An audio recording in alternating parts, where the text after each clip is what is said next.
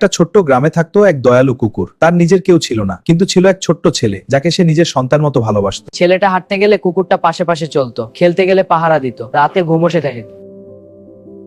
কুকুরটার কাছে ওই ছেলেটাই ছিল তার পুরো দুনিয়া। সে মনে মনে বলতো, তুই আমার ছেলে। হঠাৎ একদিন গ্রামে এলো এক মানুষ। সে জানতে পারলো এই ছোট্ট ছেলেটির পারে সন্তান। কিন্তু সে ভুল বুঝলো। রাগ করে কুকুরটা কিছু বলল না, শুধু দূরে দাঁড়িয়ে চুপচাপ তাকিয়ে রইল।